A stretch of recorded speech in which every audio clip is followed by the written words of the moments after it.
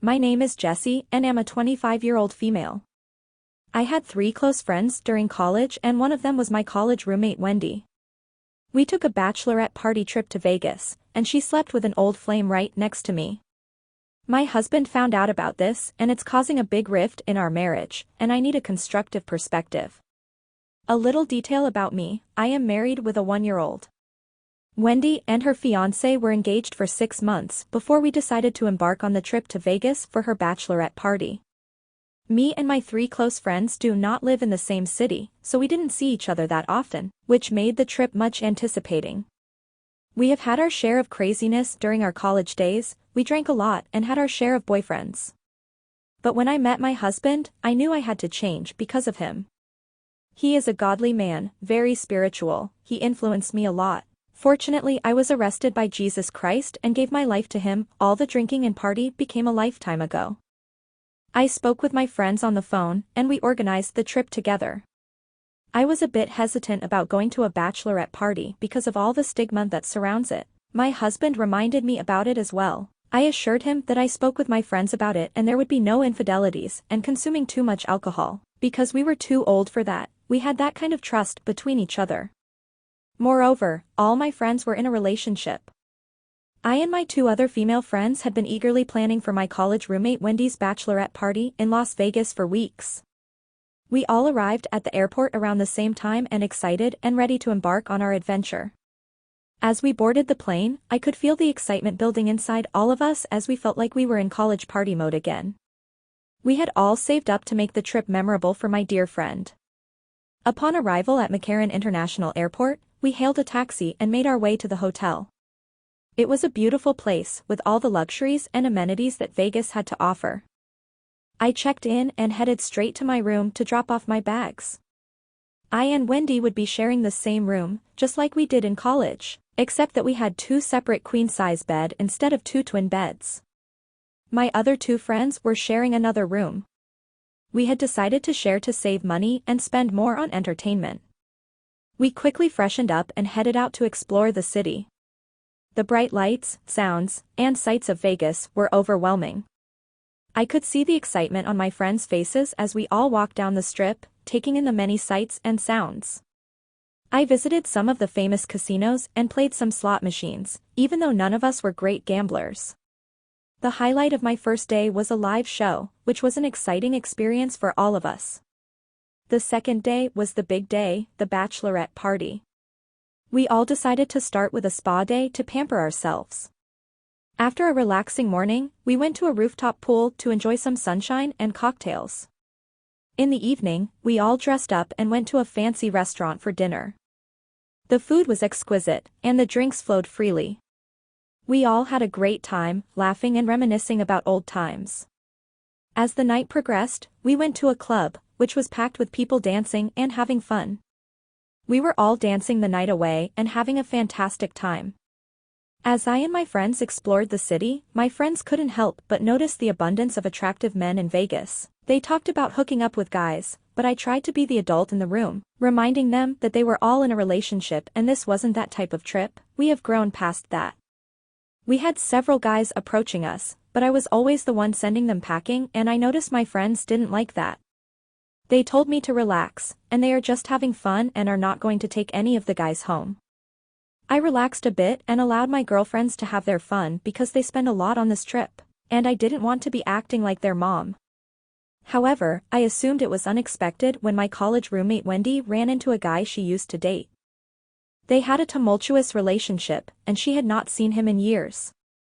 Come to find out, it was not unexpected as I thought because Wendy was well aware that the guy now lives in Vegas, and she contacted him as soon as she came to town. This behavior used to be normal to us back in college. We were used to dating multiple guys at the same time, but this time we are different. We were all in some level of relationship. I kept an eye on my girlfriends to make sure that they didn't do anything crazy. As time went on, we started drinking and some of my morals became loose. We were dancing and partying like the college days and having fun when my roommate Wendy spotted the old flame across the room. He came straight to her, and she introduced him to us. I remember my friend Wendy telling us about him. He is a very good-looking, and has that player Casanova vibe written all over him. They chatted for a while, reminiscing about old times, and catching up on each other's lives, while I was paying attention to some other people.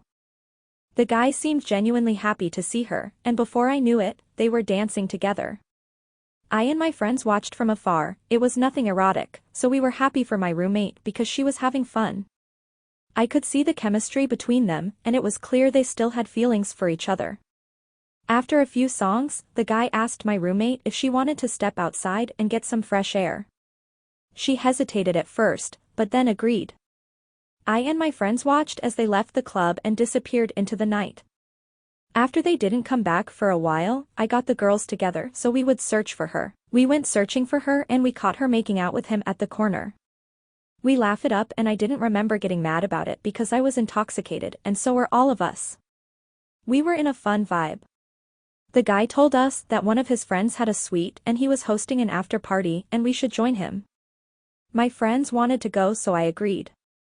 The 5 of us including the guy decided to continue the night with an after party in his friend's suites at the hotel. We all made our way to the suite, which was spacious and luxurious, with an incredible view of the city lights. The party continued with drinks, music, and laughter as we met several guys that were doing well for themselves. I lost touch with my 3 friends as we were all talking to men that are approaching us. I met a very handsome guy that I was attracted to and I had to remind myself that I was married so I wouldn't cross any boundaries. He was funny, charming, and had a way of making me feel at ease.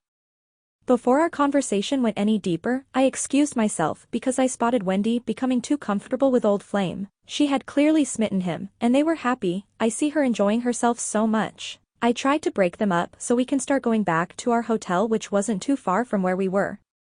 As the night wore on, we all started to get a little sleepy, and one by one, we decided to head back to our own rooms. I told the guy to leave but he kept following us and talking to Wendy. At one point she had her arm around him and we walked into the hotel. "This is my friend," Wendy kept saying to me. My other 2 friends both also had 2 guys with them. It was as if these girls did not understand that we were in a relationship. Almost like they were the same college girls and had never changed. When we got to the hotel, I was so tired that I just walked in the room and lay on the couch and fell asleep and dozed off for almost an hour. I was woken up because I heard a lot of noise from the bathroom. I got up to find out what it was, and it was Wendy and the guy. They were showering together. I threw out some bad words and asked what the F she was doing.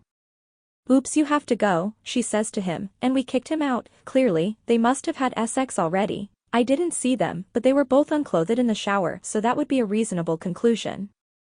I asked my friend why she did that to her husband, and she swore that she didn't have sex with him. I didn't want to argue with her because I was tired and sleepy. It had been a long day. I was sure my other 2 friends were doing something similar, but they were in another room so I couldn't police them. I took a shower and changed, then I went to bed. The room had 2 queen-sized beds. I was still drunk as well so I passed out easily. I wake up after maybe 30 minutes to see them having sex in the other bed. He was doing her on the bed from behind right in front of me. I freaked out and screamed what the F and get the hell out, she is getting married. I guess it was too late because he already finished in her. Which I saw when he stood up. He didn't even have any protection. My friend was just lying there with a naughty grin on her face like she stole some cookies. I don't know how long they were going at it and why it didn't wake me up sooner.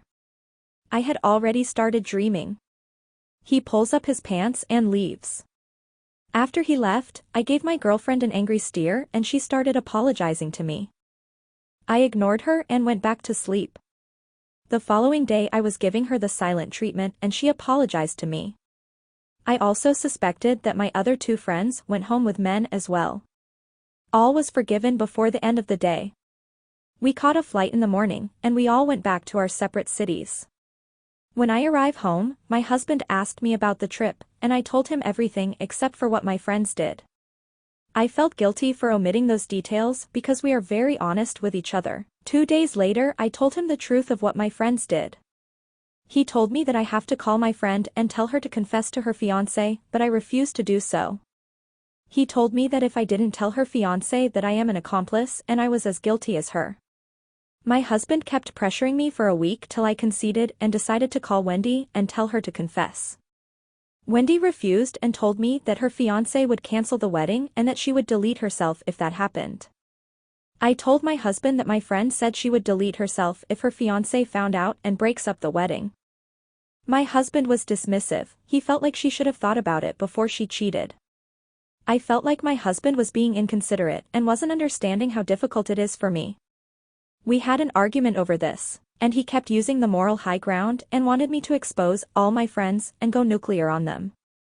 I told him that they are my friends, and we go way back, and I didn't even see the other two friends having an affair, only Wendy. Few weeks later I thought everything was forgotten. Then Wendy called me crying, asking me how her fiancé found out about her affair.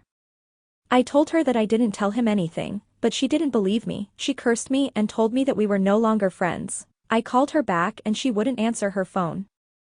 I confronted my husband and he admitted that he called Wendy's fiancé and told him everything. I was shocked and angry. I felt betrayed by my husband. I told him that I can't share anything with him, and I even threatened to divorce him because I can't trust him anymore. The worst part is that he refuses to apologize to me and believe that he is right, and he did the right thing. But that's not the point. The point is that it wasn't his position to expose Wendy. He took it upon himself because of his self-righteous platitude. He also want me to cut ties with all my friends and I refused. Our marriage is going through some challenges because of this and I don't know how to handle this. I know what Wendy and my friends did was wrong, but what my husband did was wrong also, and I find it hard for me to get over this. Please tell me if I was wrong. Was my husband on the right for doing this? I need a different perspective.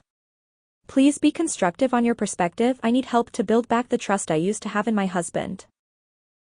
Having a bachelor or bachelorette party in most cases is an excuse to cheat. If you're getting married to someone you presume is the love of your life, there shouldn't be a need for one last night of fun, as if you're having your last meal before you go to prison. If you need one last night of fun before you spend the rest of your life with your true love, then you probably shouldn't be getting married to that person. Having a bachelorette party in Vegas just puts you in the prime location to cheat because that's what Vegas was designed for.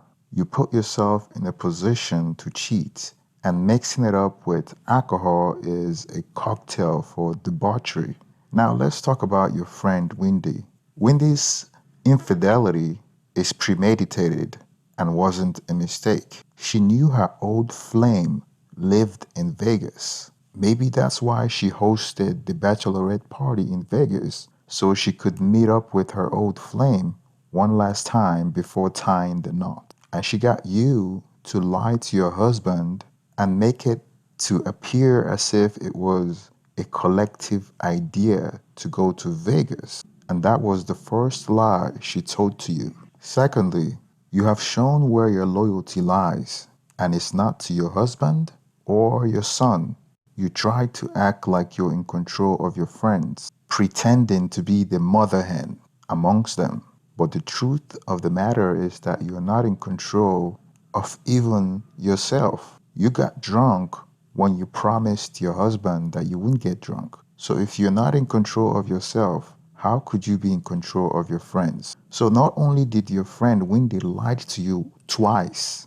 The first lie was that she wasn't going to Vegas to cheat. And the second lie was that she wasn't being intimate when you clearly caught her red-handed in the shower. But you're willing to forgive her the following day and still willing to protect her relationship. Yet, you're debating whether to jeopardize your own marriage that you share a child with. That just shows how out of touch you are. Your husband exposed Wendy to protect your marriage because he knew that eventually birds of the same feathers flies together. After you failed on all the promises you gave him before the trip, the only way he could salvage the situation is for you to sever contact with your toxic friends. You don't have as much power as you thought you have amongst your friends because you couldn't police anyone. You made a commitment to your husband that you and your friends wouldn't drink, and you failed on those two accounts. To make matters worse, you initially lied to him by intentionally omitting the details of the infidelity. Your husband did the right thing, not only to protect you from your friends, but to protect his fellow man from an impending disaster. You think you're born again Christian, but deep inside you're still weak, and it wouldn't take much for you to slide back into debauchery. Please don't forget to like and subscribe this video for more content like this.